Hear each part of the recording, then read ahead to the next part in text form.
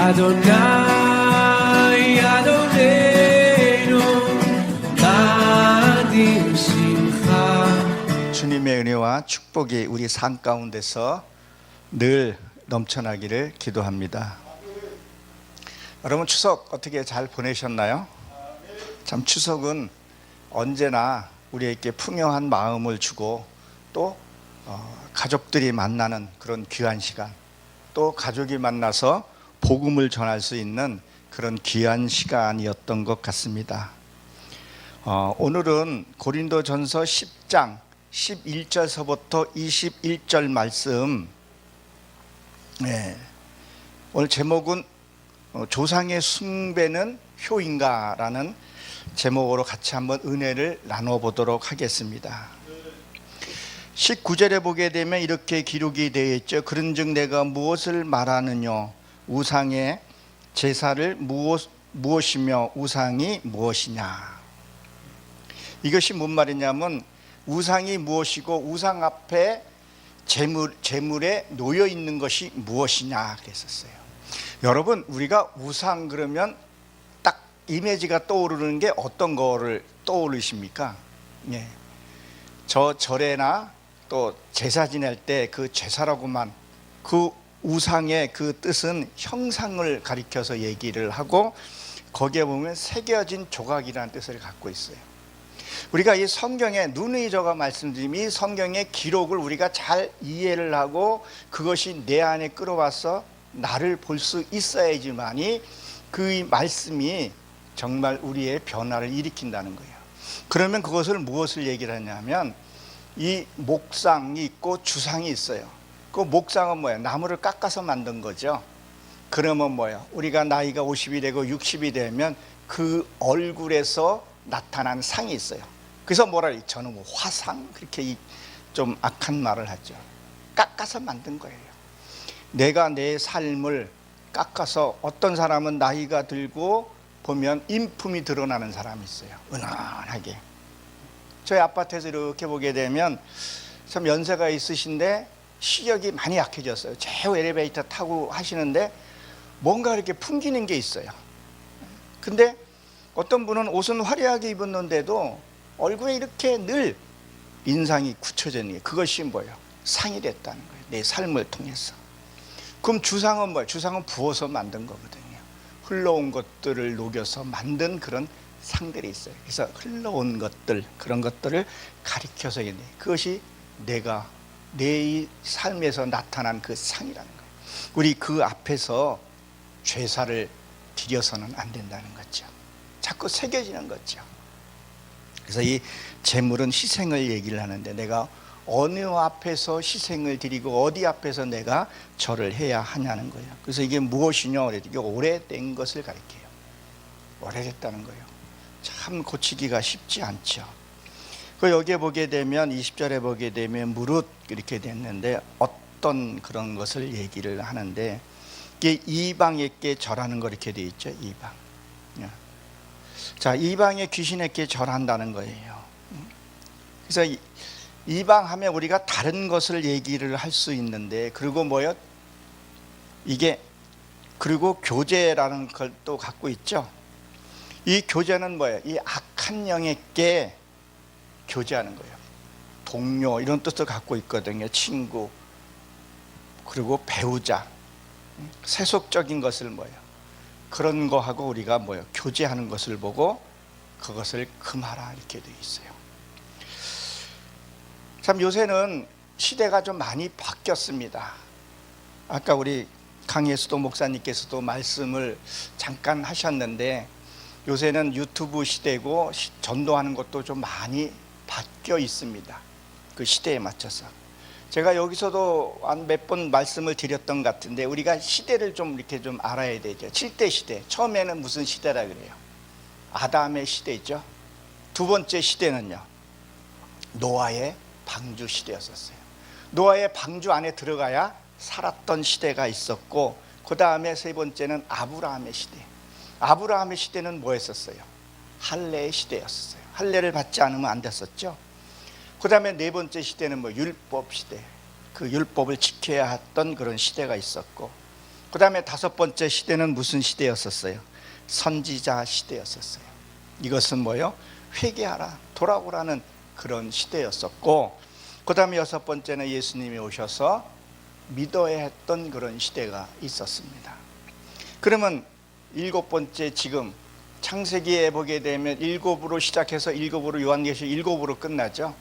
일곱에는 성령이 내 안에 오신 것을 얘기를 합니다. 하나님의 능력을 가리켜서 얘기를 한다는 거예요.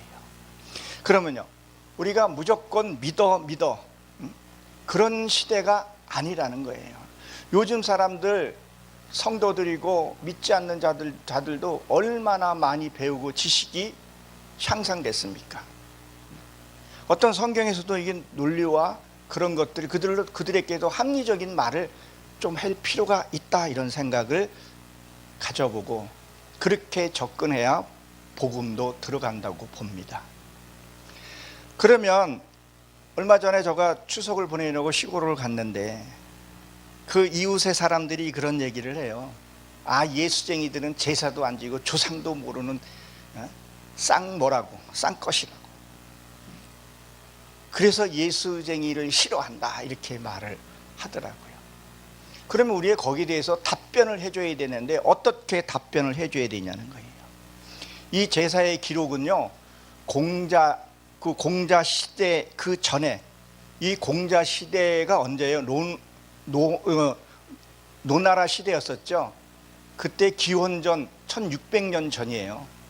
기원전은 뭐예요? 주전, 예수님 그 전후로 얘기를 하죠. 그 중국의 하나라 때와 상나라 때에 그때 이 제사에 대한 기록이 있습니다.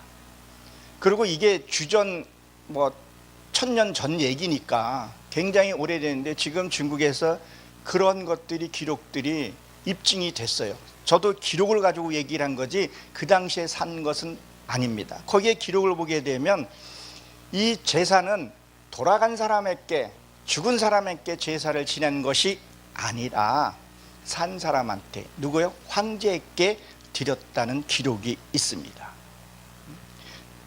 그것은 왜요?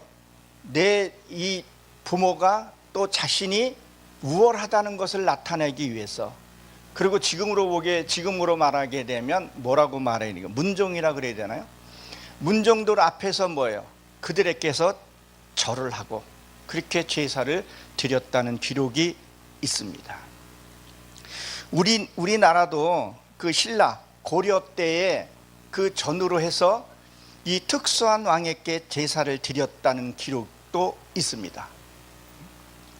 죽은 사람에게 드린 것이 아니라 산 사람에게 드렸다는 거예요. 실제 이 삼국 시대에 걸쳐서 이 불교가 왕성했을 때에도 제사를 드렸다는 그런 말이 없었어요.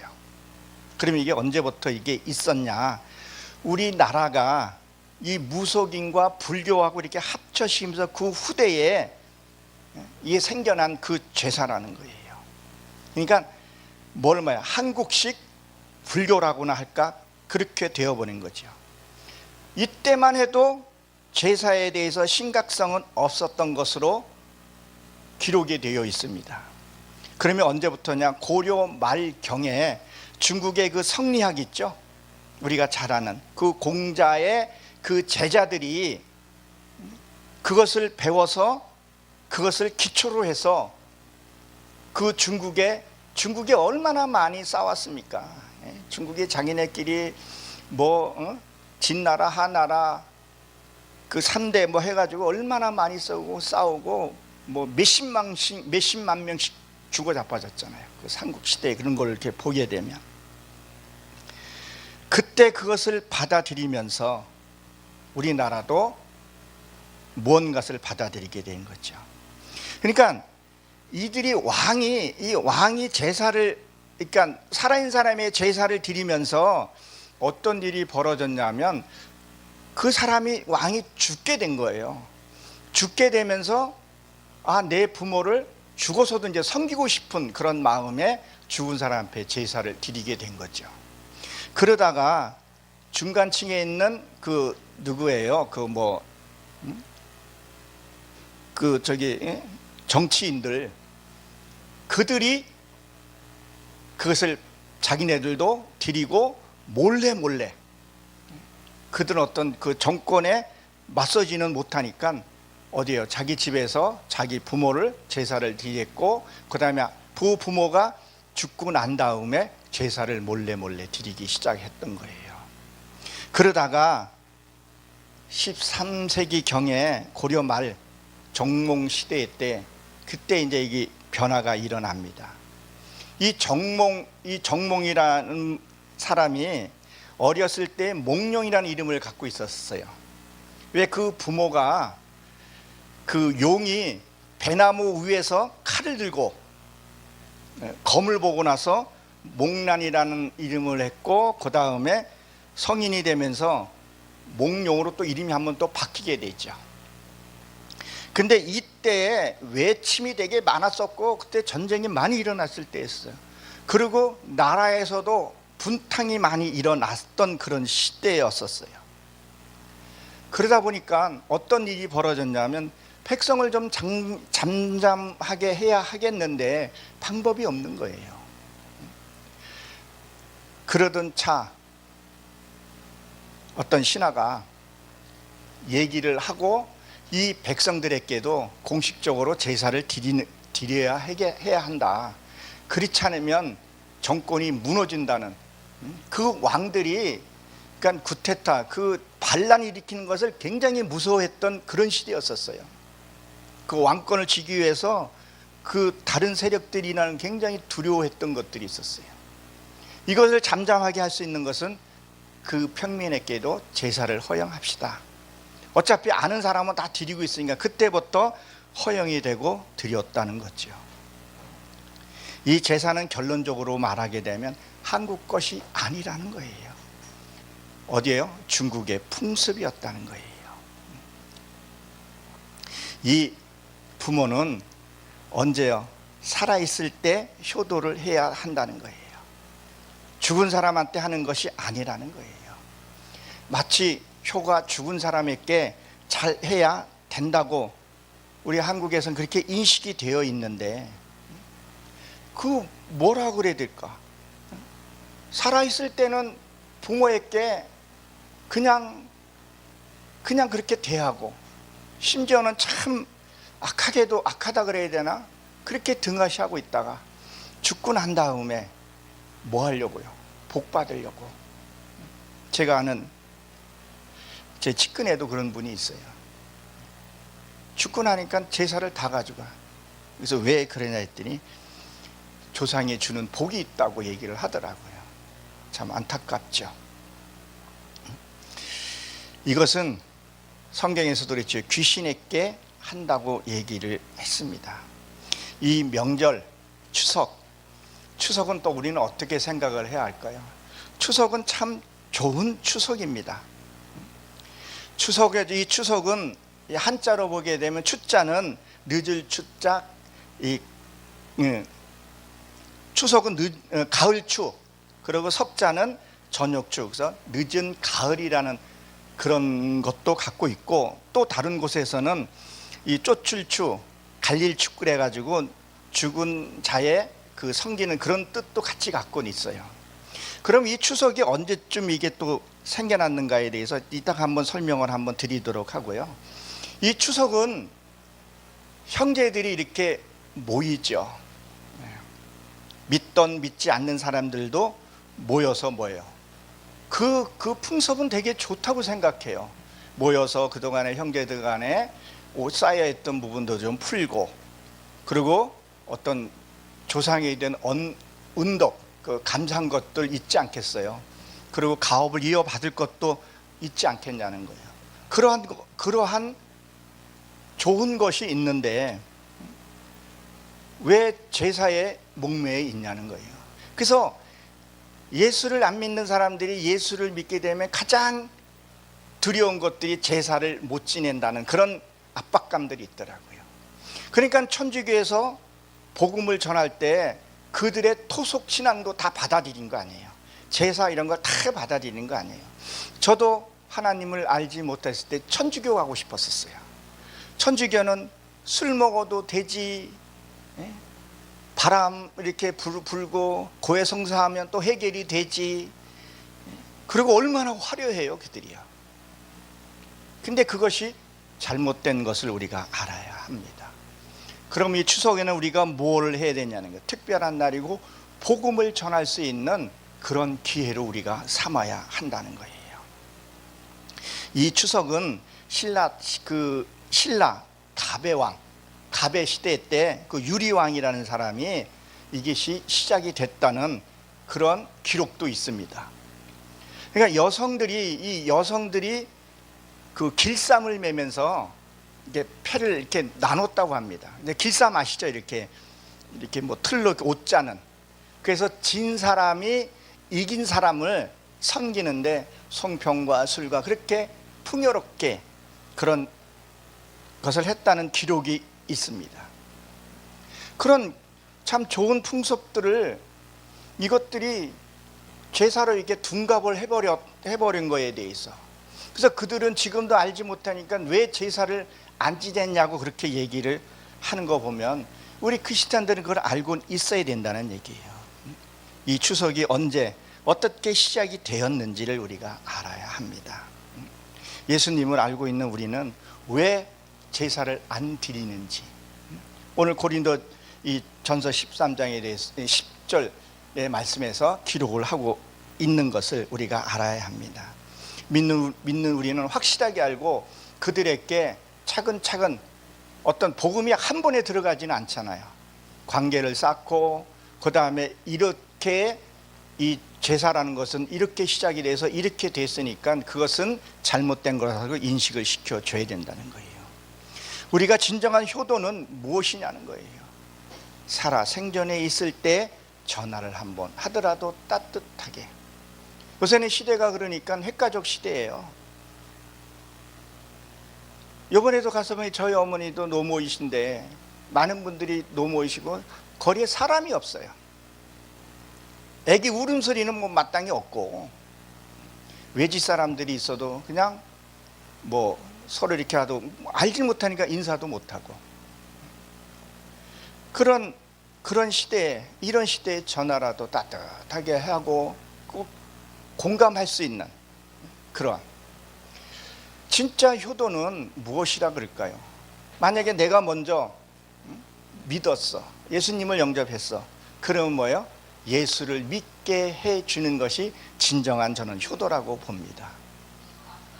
제가 저희 장모님이죠, 저희 아내가 복음을 전하기 위해서 뭐를 했냐면 늘 아침 저녁으로 전화를 해요. 전화를 하면서 무엇을 하냐면 그 장모님의 자기 친정어머니의 얘기를 다 들어주고, 그리고 이게 좀 들어줘야 되는 그 은사가 좀 있어야 되거든요. 상담은 들어주는 거잖아요.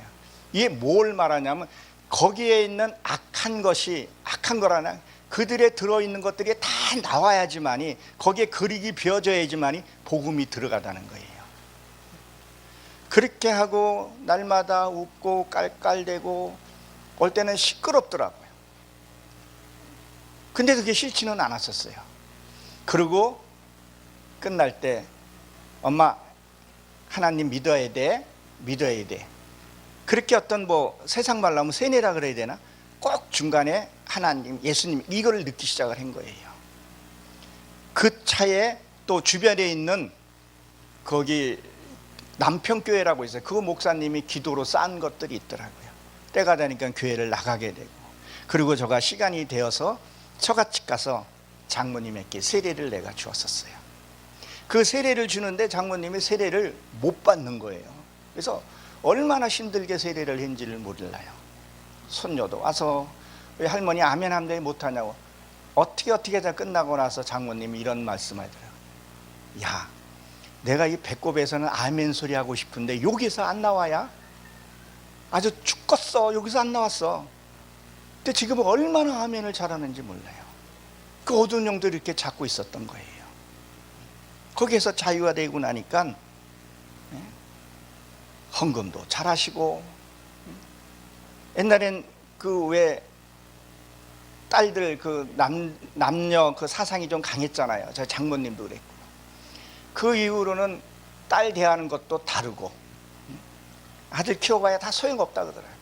저도 어머니한테 너무 죄송하게 못하고는 있지만 그래도 딸하고 교감하면서 꾸깃꾸깃 챙겨주고 보니 그전에는 그게 없었거든요. 저도 장모님한테 되게 서운한 게 많았었거든요, 예수 믿기 전에는. 근데 그런 것들이 하나님 은혜로 풀려주고 나니까 감사하고, 그리고 장모님이 구원받았다는 확증을 여러 군데서 하나님이 보여주시는 거예요. 지금 요양원에 가 계신데 제가 얼마 전에 3개월 전인가 참 더 됐네요. 갔더니 저를 딱 보자마자 할렐루야, 그 소리를 먼저 하시는 거예요. 근데 우리 아내도 못 들었대. 나는 또렷하게 들었는데, 물론 아내하고 거리는 있었지만 저를 사이로 보지 않았던 것 같아요.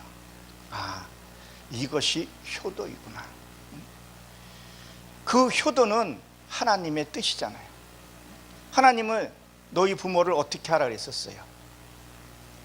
약속의 첫 계명도 너희 부모를 섬기라 그랬다고요. 그것이 곧 하나님이에요. 그러니까 부모는 또 하나님 같은 그런 삶을 살아야 된다는 거예요.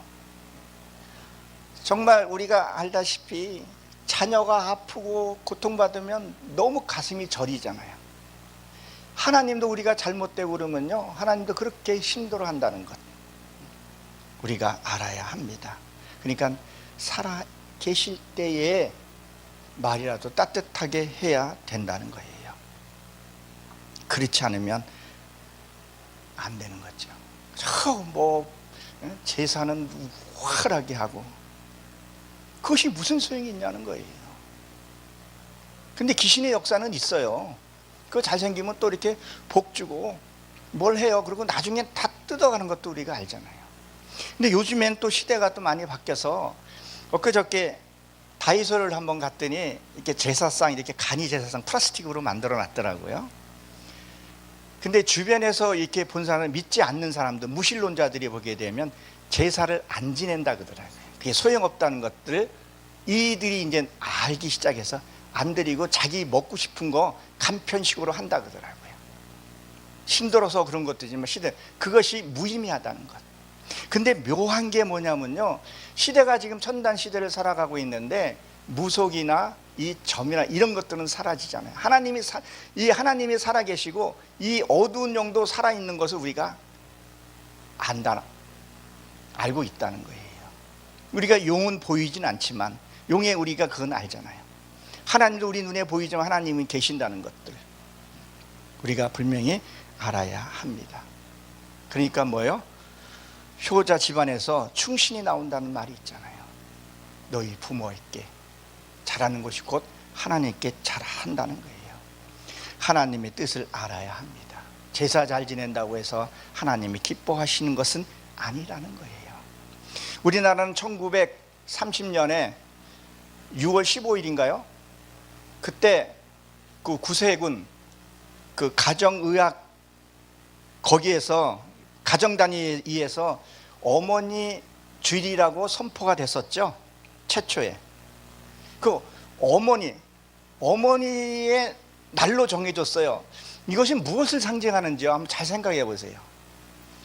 엊그저께 뉴스를 보니까 그 절에서 여성에 대해서 거기 출입하는 것을 금하게 하고 지금도 법이 바뀌지 않았다 그러더라고요. 그러니 그 당시에 여성에 대해서 차별이 되게 심했었어요. 근데 어때요?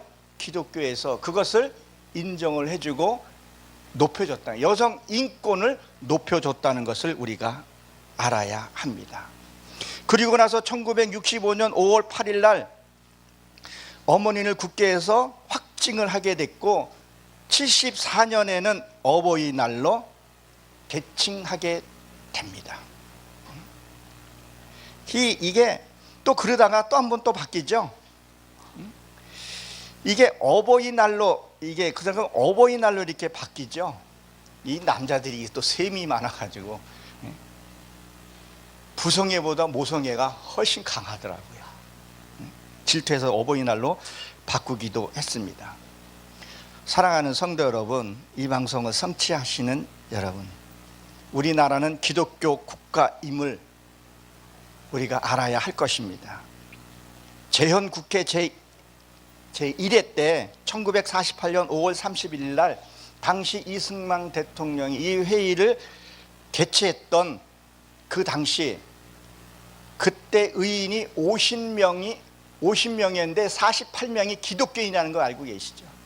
그 위에 미군의 어떤 그 장군이 한 분이 계셨어요. 그 장군이 선교사를 모아서 그렇게 시작이 됐던 나라예요.